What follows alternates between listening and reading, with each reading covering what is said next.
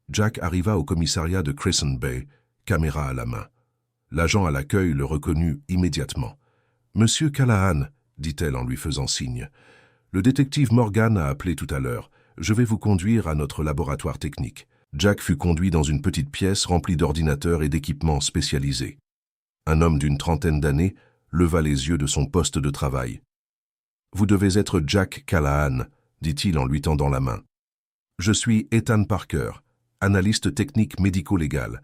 L'inspecteur Morgan m'a informé de votre découverte. » Un officier en uniforme se tenait à proximité, manifestement chargé d'assister à la manipulation des preuves potentielles. « J'ai trouvé cette caméra attachée à une bouée à plusieurs kilomètres au large, » expliqua Jack en posant délicatement l'appareil sur la table. « Elle appartenait à ma fille, Mia. Elle a disparu il y a 4 ans, alors qu'elle s'entraînait pour les Jeux Olympiques. » Le technicien acquiesça solennellement. « Voyons voir ce que nous avons là. » Ethan travailla méthodiquement, photographiant d'abord la caméra telle qu'elle, puis retirant soigneusement la batterie et la carte mémoire. La batterie était visiblement gonflée. « La carte semble intacte, » dit-il en l'inspectant à la loupe. « Pas de corrosion importante. C'est bon signe. » Il inséra la carte mémoire dans un lecteur spécial, connecté à son ordinateur. « Nous allons d'abord faire une copie légale pour préserver les données originales. » Jack se tenait tendu derrière lui pendant que les fichiers étaient transférés vers l'ordinateur. Après quelques minutes, Ethan ouvrit le premier fichier vidéo. L'écran s'est rempli du visage de Mia, et Jack a failli s'effondrer. Elle était vivante, souriante, ses cheveux mouillés collés à sa tête tandis qu'elle ajustait la caméra sur la bouée. « Test, test. » Sa voix est sortie des haut-parleurs, légèrement déformée par le vent, mais indéniablement la sienne. L'endroit idéal pour filmer mon entraînement d'aujourd'hui. La vidéo la montrait en train de fixer soigneusement la GoPro à la bouée, la positionnant pour filmer son approche à la nage. Elle semblait heureuse, énergique, exactement comme Jack se souvenait d'elle. Le clip suivant montrait Mia flottant dans l'eau à côté de la bouée, parlant directement à la caméra. « Jour 42 de l'entraînement olympique », dit-elle, légèrement essoufflée. « Le coach dit que mon endurance s'améliore mais que mes virages doivent encore être travaillés. » Elle soupira, son expression soudainement sérieuse. « Parfois, je me demande si je suis faite pour ça. La pression est intense et je suis loin du niveau des meilleures concurrentes. Si j'arrive au jeu, vais-je simplement me ridiculiser ?» Jack eut la gorge serrée. Il ne savait pas qu'elle avait de tels doutes. Le tournage se poursuivit. Mia parlait toujours à la caméra quand soudain son attention fut détournée. Elle regarda sur le côté, surprise. « Oh, salut !» cria-t-elle à quelqu'un hors champ. Un jeune homme nagea dans le champ. Bien que son visage fût partiellement masqué par des gouttes d'eau sur l'objectif, l'angle de la caméra, fixé sur le flotteur au-dessus d'eux, ne montrait que le haut de sa tête. Ses yeux et ses cheveux mouillés étaient visibles, mais pas son visage en entier. « Salut !» dit le jeune homme d'une voix amicale. « Je ne m'attendais pas à voir quelqu'un d'autre aussi loin. »« Je m'entraîne, » a répondu Mia. « Je m'appelle Mia. »« Martin, » a dit le jeune homme. « Tu te donnes vraiment à fond. Tu nages si loin toute seule. »« Je m'entraîne pour les Jeux Olympiques, » a expliqué Mia, « la natation en eau libre. »« Vraiment ? C'est génial !» s'est exclamé Martin, visiblement impressionné. « Tu vas devenir célèbre ?» Mia rit. « Difficilement. Je suis nouvelle au niveau élite. Je n'ai pas encore fait sensation dans les médias, je vole encore sous le radar. »« Eh bien, tu as l'air d'une pro à mes yeux, » dit Martin. « On fait la course ? Juste pour le plaisir. Je faisais de la compétition à l'université. »« Bien sûr, » acquiesça Mia en souriant. « Jusqu'où » Martin désigna un repère lointain. « Jusqu'à ce rocher et retour ?»« D'accord, » répondit Mia en ajustant ses lunettes. Les deux nageurs sortirent du cadre et pendant une demi-heure, la caméra ne filma que le mouvement doux de l'océan. Puis, au loin, un hors-bord apparut, traversant le cadre, loin de la bouée. L'objectif fisheye de la GoPro déformait la perspective, la faisant paraître encore plus éloignée. La caméra ne capturait que la moitié inférieure du bateau, y compris ce qui semblait être un logo d'entreprise sur sa coque. Jack se pencha en avant, plissant les yeux pour mieux voir l'image. « Tu peux agrandir ce logo ?» Ethan acquiesça, mettant la vidéo en pause et zoomant sur le bateau. Malgré l'amélioration, l'image restait un peu floue, mais le logo était suffisamment clair pour être distingué. Une vague stylisée avec du texte en dessous. « Ça me dit quelque chose, » murmura Jack en sortant son téléphone pour prendre une photo de l'écran.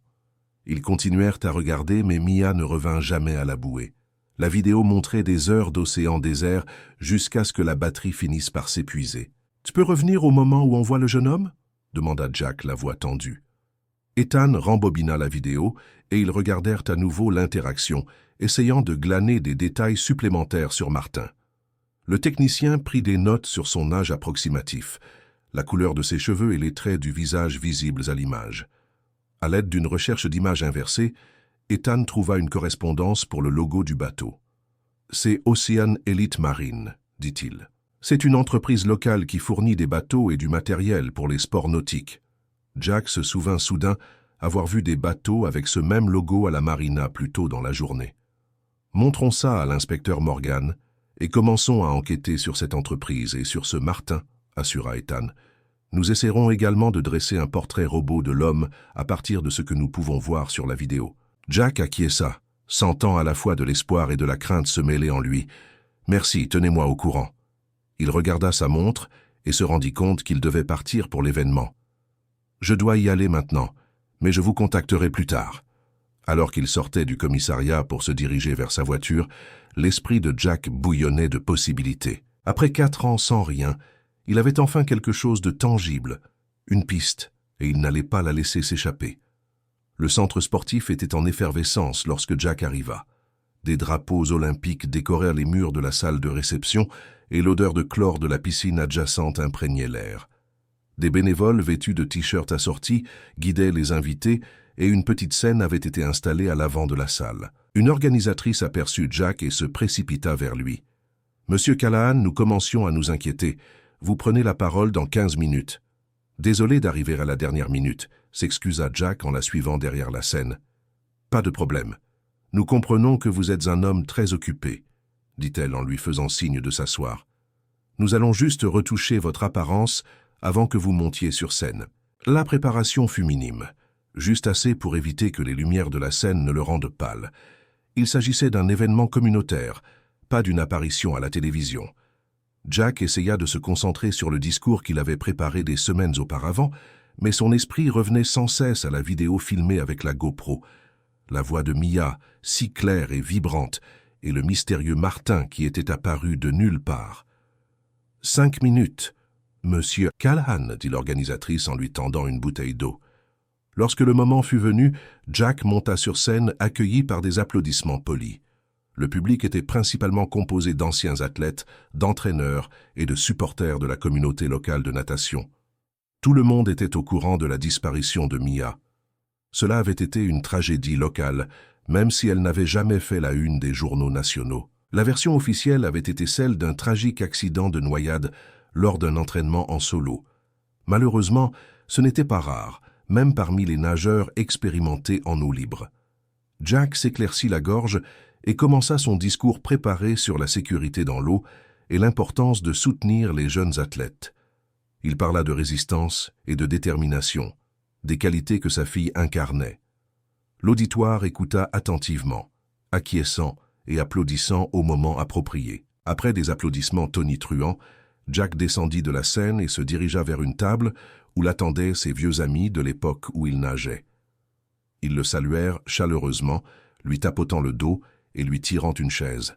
« Super discours, Jack », dit Tom, un ancien nageur olympique qui avait entraîné Jack des décennies auparavant.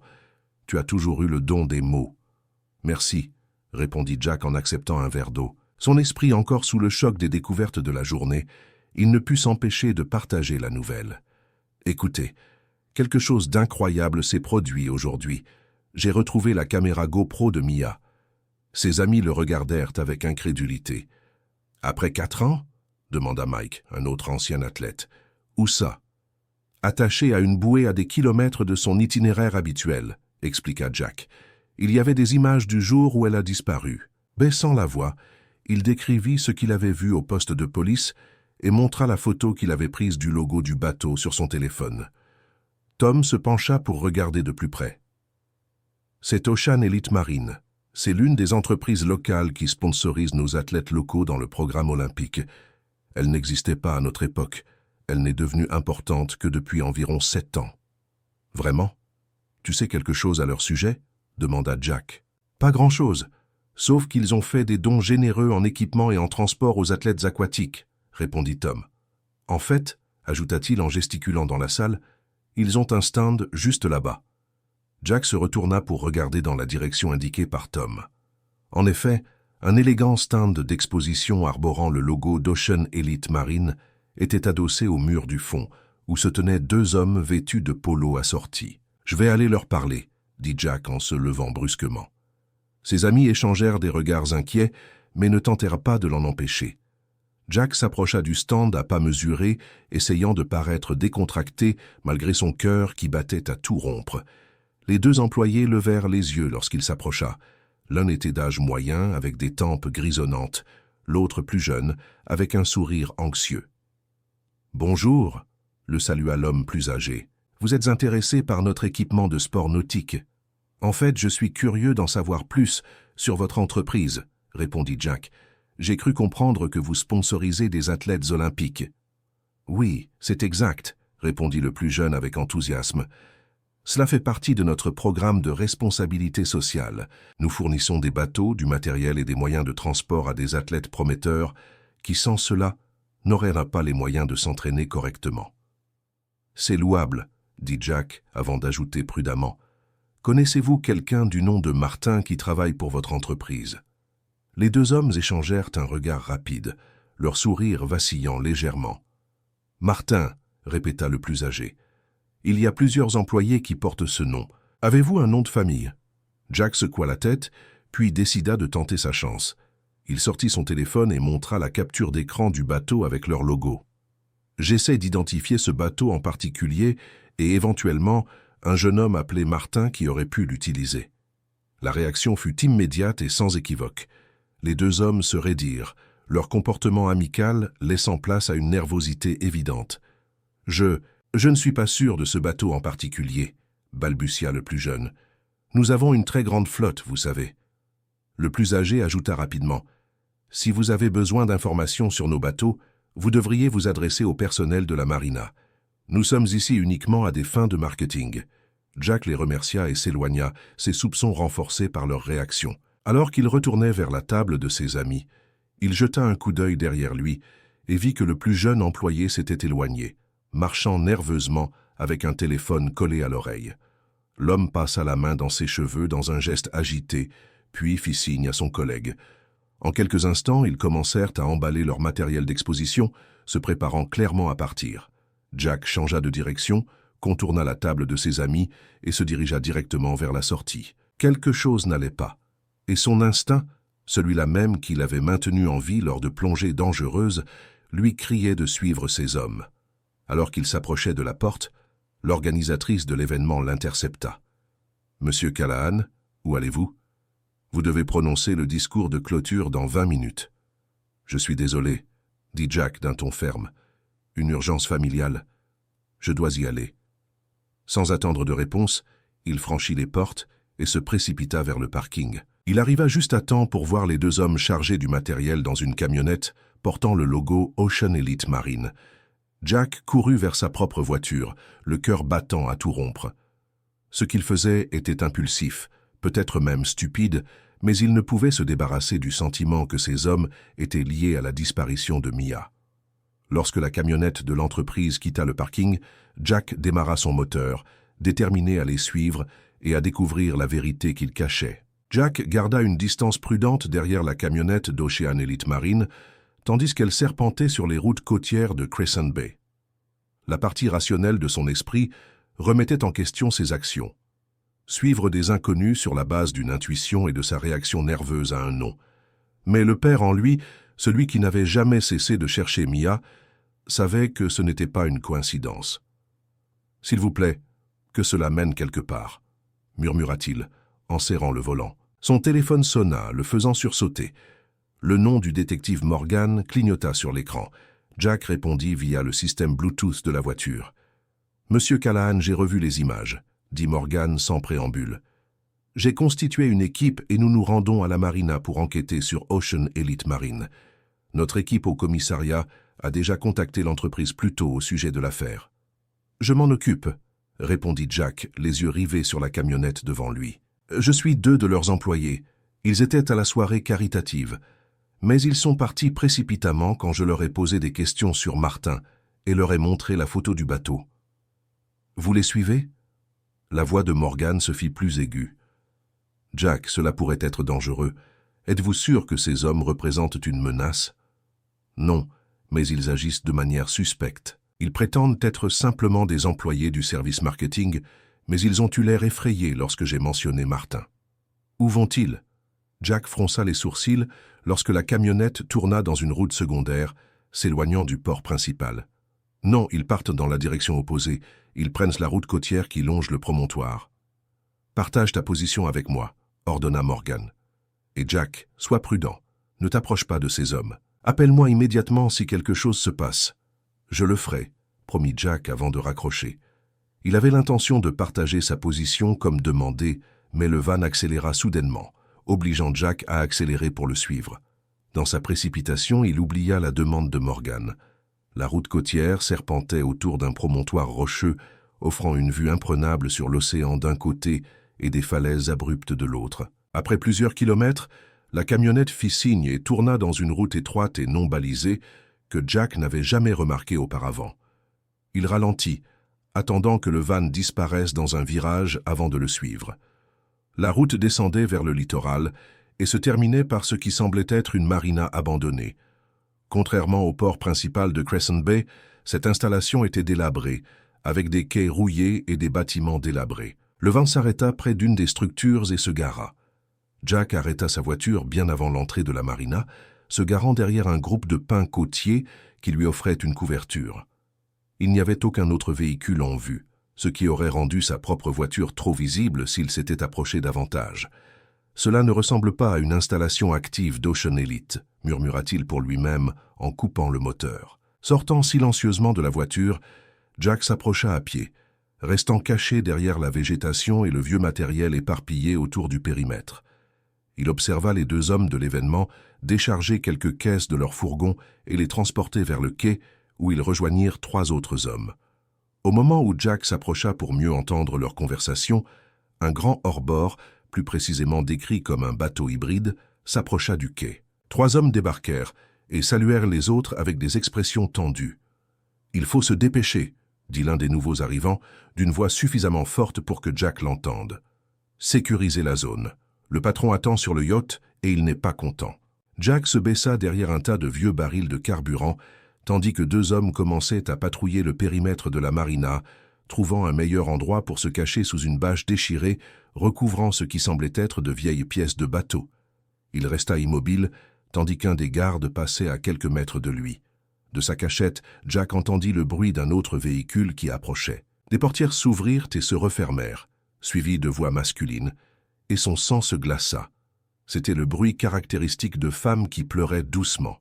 « Montez dans le bateau », ordonna une voix grave. « Gardez la tête baissée et ne bougez pas. »« S'il vous plaît », supplia une voix féminine, « nous avons fait tout ce que vous avez demandé. »« Taisez-vous et avancez », répondit une voix rauque. On entendit des pas sur le quai en bois, puis le vrombissement du moteur du bateau qui démarrait. Jack voulait désespérément regarder pour voir si Mia était parmi les femmes, mais il n'osa pas sortir de sa cachette tant que les gardes patrouillaient encore. Alors que le bruit du moteur du bateau s'éloignait, Jack entendit 2 hommes discuter à proximité. « Comment cela a-t-il pu arriver ?»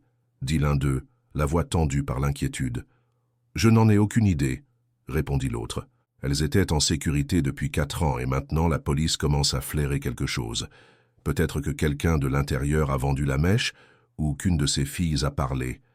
Le patron est en train de péter un câble. Il a dit que si on ne nettoie pas ce bordel, on va rejoindre les gars de l'année dernière au fond du canal. Tirons-nous de là. On a fait notre part.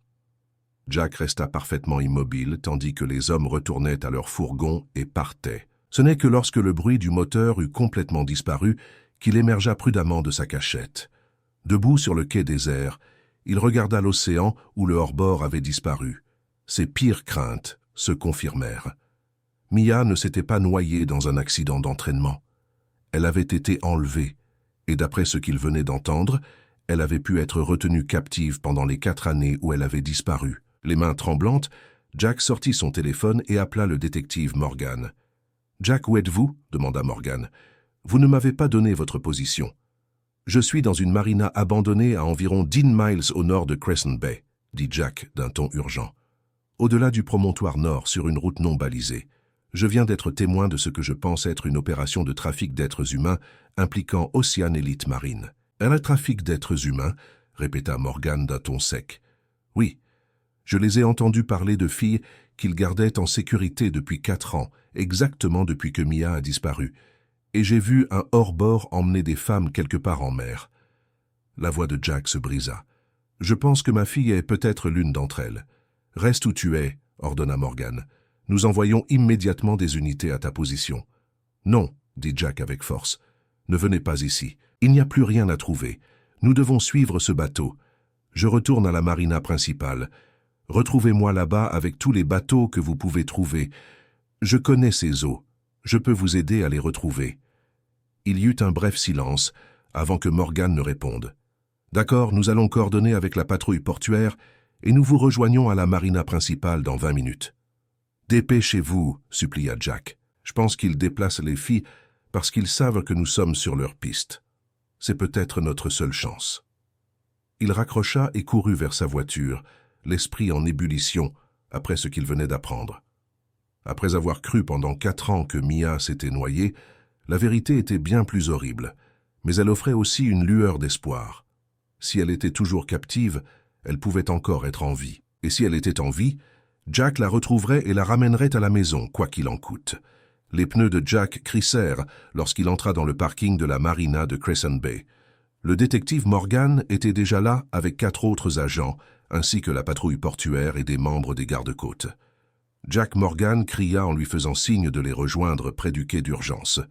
2 bateaux de police et un navire plus grand de la garde côtière étaient prêts à partir immédiatement. Jack courut, encore haletant sous l'effet de l'adrénaline. « Il les emmène sur un yacht quelque part en mer », rapporta-t-il. « Je les ai entendus dire « Le patron attend sur le yacht ». Morgan acquiesça sombrement. « Nous avons des unités maritimes en alerte et un hélicoptère en route. » Un officier de la patrouille portuaire s'avança, une tablette à la main. Le bateau a été vu pour la dernière fois se dirigeant vers le sud-est, le long de la côte, à environ 7000 marins au large. Sa vitesse actuelle suggère qu'il se dirige vers la zone des îles du Canal. « C'est là où ils vont », dit Jack avec certitude. « Il y a des dizaines de criques isolées autour de ces îles où un yacht pourrait jeter l'ancre sans attirer l'attention. » Morgan se tourna vers Jack. « J'apprécie votre aide pour découvrir cela, mais j'ai besoin que vous restiez ici pendant que nous nous occupons de l'opération. »« Pas question, » dit Jack fermement. « Je viens avec vous. » « Sais-je, Jack, ce n'est pas une demande. Il s'agit potentiellement d'une situation dangereuse impliquant des criminels armés. »« Je connais ces eaux mieux que quiconque ici, » insista Jack, haussant le ton. « J'ai plongé autour de ces îles pendant 20 ans. Il y a des grottes sous-marines, des approches cachées et des courants dangereux. » Morgan hésita, clairement partagé entre le respect du protocole et la reconnaissance de la valeur de l'expertise de Jack. « De plus, » ajouta Jack plus doucement, « si Mia est sur ce yacht, je dois être là. Elle ne m'a pas vu depuis 4 ans. Elle va être terrifiée, traumatisée. Elle aura besoin de son père. » Le détective poussa un profond soupir, puis acquiesça. « D'accord, vous pouvez venir sur le bateau principal avec moi, mais vous obéirez aux ordres. Si nous rencontrons de la résistance, vous resterez en arrière. »« Compris, » répondit Jack immédiatement. Ils embarquèrent rapidement. Jack aidant le capitaine à planifier l'itinéraire le plus efficace en fonction de la dernière position connue du hors-bord. Alors qu'il s'éloignait du quai, Jack ressentit un mélange étrange de terreur et d'espoir. Après des années de recherche, il allait enfin retrouver Mia, mais dans quel état serait-elle? Qu'avait-il fait d'elle? La radio de la police grésilla. Unité aérienne en vol, temps estimé pour atteindre la zone de recherche. 15 minutes. Morgan reconnut la transmission et se tourna vers Jack. « Nous avons des agents qui enquêtent sur Ocean Elite Marine en ce moment même. L'entreprise semble légitime en apparence. Elle sponsorise des athlètes, fournit du matériel pour des compétitions, s'implique dans la vie locale comme le font généralement les entreprises, mais nous enquêtons de plus près sur ses biens et sa structure financière. Les hommes dans la marina abandonnée ont mentionné le patron, » rappela Jack. « Quelqu'un d'assez important pour que les gens aient le peur de le décevoir. Nous découvrirons qui est derrière tout ça, promit Morgan. Pour l'instant, notre priorité est de secourir les femmes. Les bateaux fendaient l'eau à toute vitesse, les embruns fouettant le visage de Jack alors qu'il luttait contre le temps.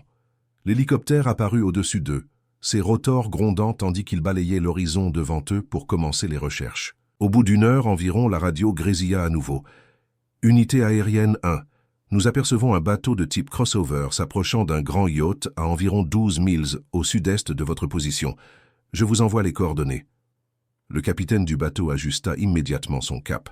Lorsqu'ils approchèrent des coordonnées, ils ralentirent pour éviter d'être repérés, utilisant l'hélicoptère comme leurs yeux dans le ciel. « Unité aérienne 1, le crossover a atteint le yacht », annonça l'opérateur radio. « Il semble transférer des personnes à bord. » Jack prit une paire de jumelles dans la cabine et scruta l'horizon. Au bout d'un moment, il les aperçut. Un élégant yacht blanc avec l'embarcation de transfert désormais amarrée à côté. « Je les vois », dit-il, la voix tendue par la tension, à environ 2 milles devant eux. À travers ses jumelles, Jack observa des silhouettes bouger sur le pont du yacht. Même à une telle distance, il pouvait distinguer ce qui semblait être 3 femmes en vêtements sombres escortées sous le pont. Son cœur battait douloureusement dans sa poitrine. L'une d'elles pouvait-elle être Mia? « Toutes les unités, maintenez votre vitesse d'approche, » ordonna Morgan par radio. « Nous ne voulons pas les alerter de notre présence avant d'être plus près. » Les officiers tactiques à bord commencèrent à préparer leur équipement, vérifiant leurs armes et leurs appareils de communication. Un membre de l'équipe était déjà vêtu d'une combinaison de plongée, prête à se jeter à l'eau si nécessaire. « Unité aérienne, un signal, un mouvement sur le yacht, » annonça la radio. « Il semble nous avoir repérés. Le yacht est en train de se déplacer. »« Vitesse maximale, » ordonna Morgan, et les moteurs du bateau rugirent tandis qu'ils avançaient. Jack garda ses jumelles braquées sur le yacht. « Le bateau crossover s'éloigne du yacht, » rapporta-t-il. 2 hommes armés à bord. Alors qu'il réduisait à la distance, le bateau crossover changea soudainement de cap, se dirigeant droit vers eux. « Ils vont essayer de nous intercepter, » avertit le capitaine. « Unité aérienne, vous gardez le yacht en vue ?» demanda Morgan par radio. « Affirmatif. Le yacht accélère vers le sud. Attendez, nous voyons du mouvement sur le pont. Les femmes sont ramenées à l'intérieur et semblent enfiler des équipements de plongée. »« Du matériel de plongée ?» répéta Jack alarmé. « Ils vont les mettre à l'eau. Il y a des grottes sous-marines dans toute cette zone. S'ils connaissent les grottes, ils pourraient disparaître complètement. » Morgan transmit cette information à l'hélicoptère et aux autres bateaux. « Nous devons partir maintenant. Si elles mettent ces femmes dans l'eau, nous risquons de les perdre. » Le bateau hybride était désormais clairement visible, fonçant vers eux avec 2 hommes armés sur le pont. « Ils nous ont repérés !» cria le responsable tactique alors que le yacht changeait brusquement de cap. « Bougez! Bougez! Tout le monde à l'abri !» cria Morgan lorsque les premiers coups de feu résonnèrent sur l'eau. Jack se baissa derrière la paroi de la cabine, le cœur battant à tout rompre. L'hélicoptère descendit plus bas pour fournir un soutien aérien, tandis que le 2e bateau de police se déplaçait pour intercepter le crossover. Au milieu du chaos, Jack garda ses jumelles braquées sur le yacht au loin. « Ils les mettent à l'eau !» cria-t-il. « Les femmes et certains hommes, ils sautent tous par-dessus bord avec leur équipement de plongée. »« Cessez le feu !» cria Jack désespérément aux officiers. « Si vous touchez ces bouteilles d'oxygène, elles peuvent exploser. » Le chef de l'équipe tactique retransmit l'avertissement par radio et l'hélicoptère ajusta son approche, tirant des coups de semonce près du crossover, mais sans le toucher. « On ne peut pas les laisser s'échapper, » dit Morgan en coordonnant les mouvements de l'équipe tactique. 3 officiers en équipement de plongée se préparaient à entrer dans l'eau. « J'y vais aussi, » déclara Jack, se dirigeant déjà vers l'équipement de plongée. Morgan lui saisit le bras. « Absolument pas, Jack. Vous restez sur ce bateau. Ces grottes sous-marines sont comme un labyrinthe, » argumenta Jack désespérément. « Vos plongeurs ne les connaissent pas comme moi. Si Mia descend là-bas, je ne la retrouverai peut-être jamais. » Avant que Morgan n'ait le temps de répondre, d'autres coups de feu retentirent depuis le crossover, forçant tout le monde à se mettre à l'abri. L'hélicoptère tira des coups de semonce, éloignant le crossover de sa position. Dans la confusion, alors que personne ne regardait dans sa direction, Jack saisit sa chance. Il attrapa un masque de plongée, des palmes et un appareil respiratoire de secours. Ce n'était pas un équipement complet, il manquait la bouteille d'oxygène, mais cela devrait faire l'affaire. Tandis que les officiers se concentraient sur la fusillade avec le crossover, Jack glissa sur le côté du bateau de police et plongea dans l'eau agitée. Le froid lui fit l'effet d'un choc, mais ses décennies d'expérience en plongée prirent le dessus. Il refit surface une fois, s'orienta et aperçut le yacht à environ 500 mètres. Puis, après avoir pris une profonde inspiration, il plongea sous les vagues et nagea à grands coups de bras vers la seule chose qui comptait. Retrouver sa fille avant qu'elle ne disparaisse. « S'il te plaît, Mia », pensa-t-il désespérément en commençant à nager. « Tiens bon, j'arrive. » Jack nagea à grands coups de bras, se propulsant vers la zone où les ravisseurs et leurs otages avaient disparu sous les vagues. Il ne pouvait pas rester longtemps sous l'eau sans bouteille, alors il alternait entre nager à la surface et faire de brèves plongées, essayant d'apercevoir les plongeurs en dessous. Au cours d'une de ces plongées, il les aperçut. L'équipe de plongée avait intercepté les ravisseurs à environ 30 pieds sous la surface. Une lutte sous-marine se déroulait au ralenti. Jack pouvait voir que chacune des 3 femmes était menottée à l'un des hommes, ce qui rendait difficile pour les plongeurs de la police de les séparer. Les plongeurs criminels étaient armés de harpons qu'ils utilisaient pour tenir la police à distance. Un officier de secours tentait d'arracher le harpon d'un ravisseur tout en protégeant la femme menottée à lui. Jack remonta à la surface pour respirer, les poumons en feu. Il ne pouvait pas participer à la lutte sous-marine, pas sans équipement adéquat et certainement pas contre des adversaires armés. Mais il pouvait peut-être encore faire quelque chose. En regardant autour de lui, il s'aperçut que dans la confusion, l'attention de tous était concentrée sur la lutte sous-marine ou sur l'affrontement en cours entre les bateaux de police et le crossover. Le yacht était relativement inoccupé, son équipage étant dans l'eau ou aux commandes du crossover. Jack prit une décision de dernière minute. Au lieu de replonger, il nagea vers le yacht, s'approchant par l'arrière, où il était moins susceptible d'être vu, grâce à ses compétences affinées par des décennies de plongée. Il se hissa sur la plateforme de nage du yacht et roula sur le pont dégoulinant et haletant. Après avoir repris son souffle, Jack a rampé sur le pont en restant baissé et en cherchant tout ce qui pourrait lui être utile. Dans la zone de préparation à la plongée du yacht, il a trouvé ce qu'il cherchait. Un rack de harpons apparemment préparé, mais abandonné dans la précipitation de l'évacuation. Jack prit l'une des armes, vérifiant qu'elle était chargée et prête à tirer. Son plan était de retourner dans l'eau armé cette fois et d'essayer d'aider à libérer Mia. Mais lorsqu'il se retourna pour regagner la poupe, il entendit le clic caractéristique d'un marteau d'armes derrière lui. « Ne bouge pas », dit une voix jeune, légèrement traînante. Jack se retourna lentement pour faire face à son ravisseur. Devant lui se tenait un jeune homme d'une vingtaine d'années, les cheveux mouillés collés en arrière, les yeux injectés de sang, une bouteille d'alcool chère dans une main et un pistolet dans l'autre. Jack le reconnut immédiatement grâce aux images de la GoPro. « Martin, tu as enlevé ma fille », dit Jack d'une voix basse et menaçante. « Je suis venu la récupérer. » Martin vacilla légèrement, les effets de l'alcool évidents dans son équilibre instable. Son père, le plongeur dont elle parlait tout le temps. « Dis-moi pourquoi », exigea Jack, gardant le harpon pointé vers le bas, mais sans le lâcher. « Pourquoi l'avez-vous enlevé ?» Martin prit une gorgée de sa bouteille, s'essuyant la bouche avec le dos de la main. « Nous lui offrons un avenir meilleur. Elle a 19 ans. Elle est douée. Nous l'entraînons pour les Jeux olympiques. » Jack ricana, serrant plus fort son harpon. « En l'enlevant? En la gardant prisonnière pendant 4 ans? » « Ne t'approche pas, » avertit Martin en levant son arme lorsque Jack changea de position.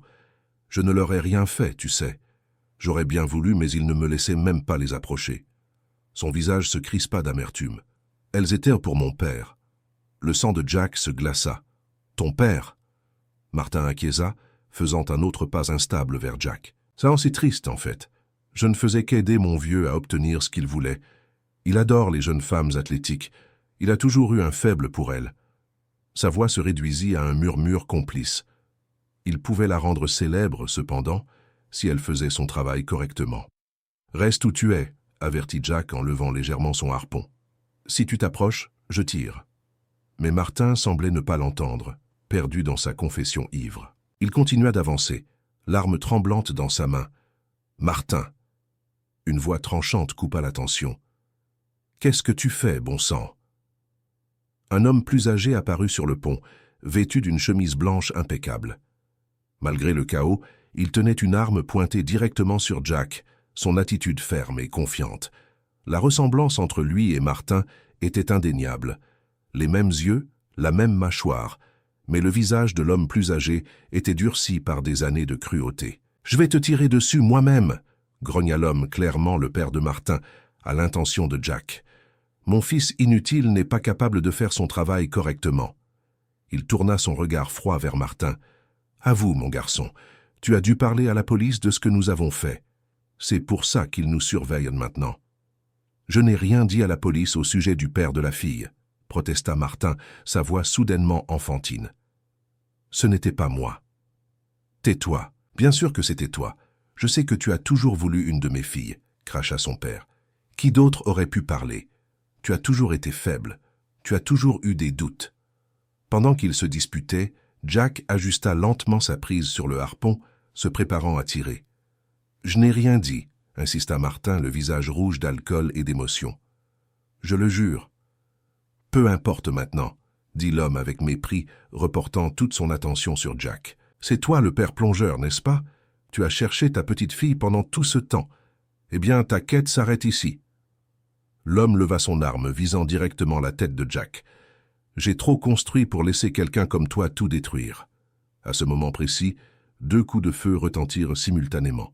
Martin tira sur son père, la balle l'atteignant à la tête. Au même moment, Jack tira avec son harpon, initialement visant son père, mais sans la résistance de l'eau, le harpon vola de manière erratique, manquant complètement sa cible et se plantant dans l'épaule de Martin.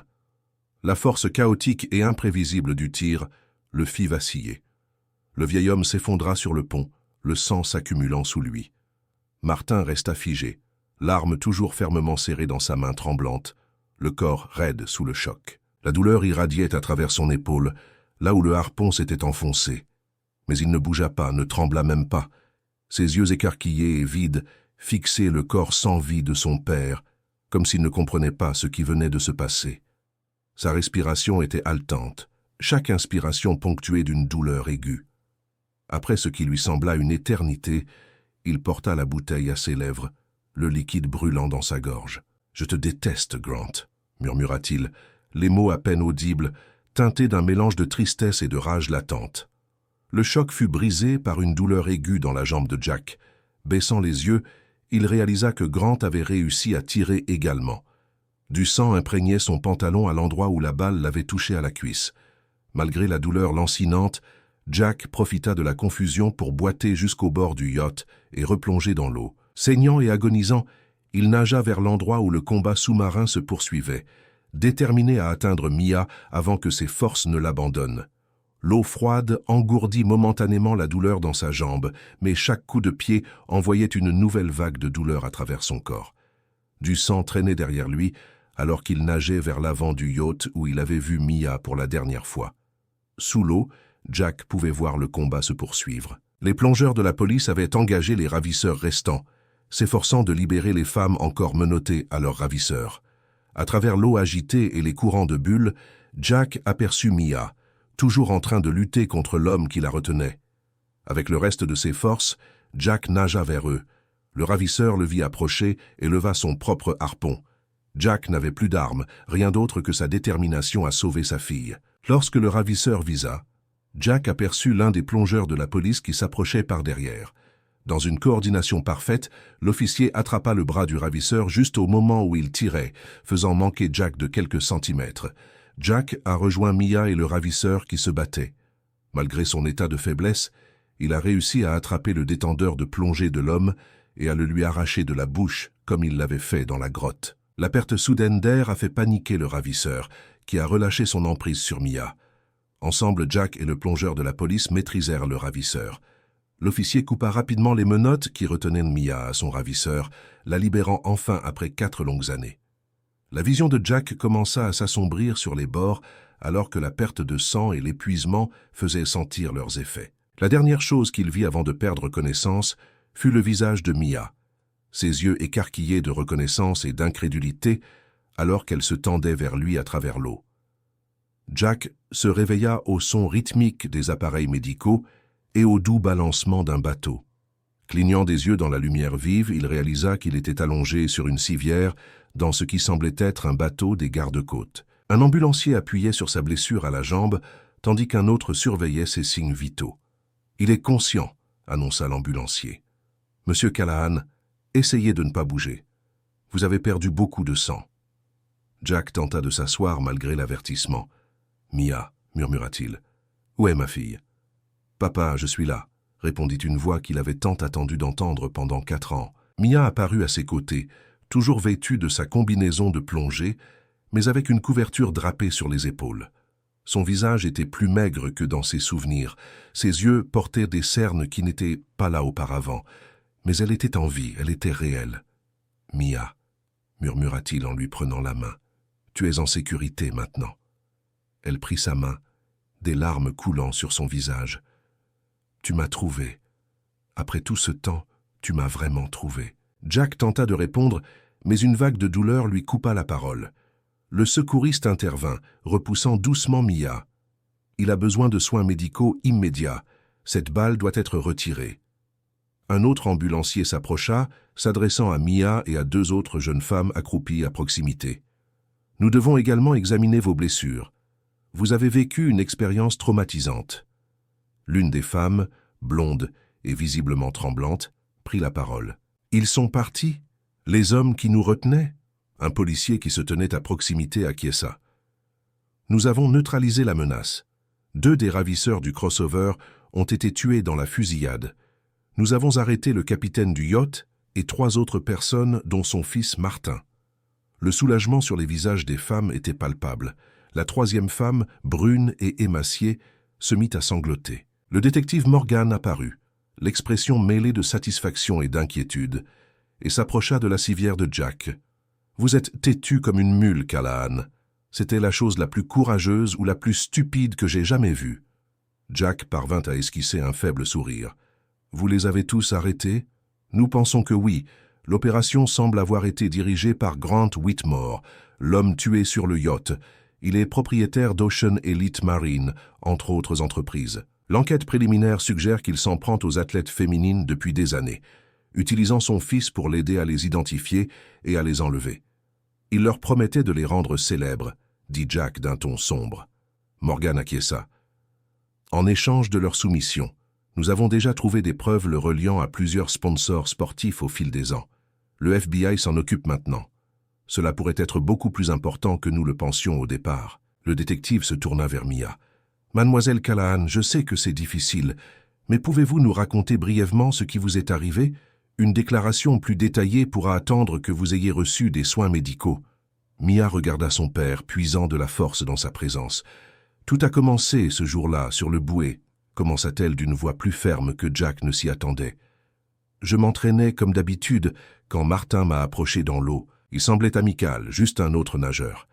Nous avons nagé jusqu'à Pelican's Reach, et sur le chemin du retour, il m'a dit que son bateau était tout prêt et m'a proposé de me ramener à Crescent Bay. » Elle fit une pause, déglutissant avec difficulté.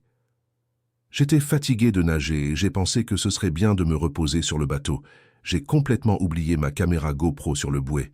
Martin semblait si normal, si inoffensif. » Jack lui serra la main, l'encourageant à continuer. « Mais ils ne m'ont pas ramené à la maison. Ils ont pris la direction de la propriété de Whitmore et m'ont drogué. Quand je me suis réveillé, j'étais enfermé dans une pièce avec Anna et Lily. » Elle fit un geste vers les 2 autres femmes. « Whitmore m'a dit qu'il pouvait réaliser mes rêves olympiques, qu'il avait les relations et les ressources nécessaires pour faire de moi une championne, mais que je devais coopérer avec lui. » Sa voix se durcit. « Quand j'ai refusé, il a menacé de te faire du mal, papa. Il savait tout de ton entreprise de plongée, de notre maison, de tes habitudes. Il a dit, si tu n'obéis pas, tu vas avoir des accidents. D'abord, ton entreprise fera faillite, puis ta maison brûlera et enfin, tu auras un accident de plongée mortel. » Jack eut un haut le cœur de rage, mais il garda son expression calme pour le bien de Mia. « Alors j'ai arrêté de me battre, du moins ouvertement, » continua Mia. « Nous nous entraînions tous les jours dans le lac de sa propriété. Nous étions toujours surveillés, toujours observés. Il nous maintenait en forme, disait que nous devions garder notre physique athlétique. Anna et Lily étaient là depuis plus longtemps que moi et m'ont averti de ne pas essayer de m'échapper. 2 filles avaient essayé avant et n'étaient jamais revenues. Les autres femmes ont acquiescé silencieusement, confirmant le récit de Mia. Aujourd'hui, c'était la première fois que nous étions sur le yacht depuis des mois, a ajouté Mia. Ils étaient paniqués, disant que quelqu'un avait parlé à la police. Grant pensait que c'était son fils Martin. Il y avait des tensions entre eux depuis longtemps. Grant a alors ordonné à ses hommes de nous emmener ailleurs. Morgan semblait sombre. Vous êtes en sécurité maintenant, toutes autant que vous êtes. Nous aurons besoin de vos dépositions complètes plus tard, mais pour l'instant, nous allons vous faire soigner. Le capitaine des gardes-côtes annonça qu'ils approchèrent du port. Alors qu'ils s'approchèrent du quai, Jack pouvait voir des ambulances qui attendaient, gyrophares allumés.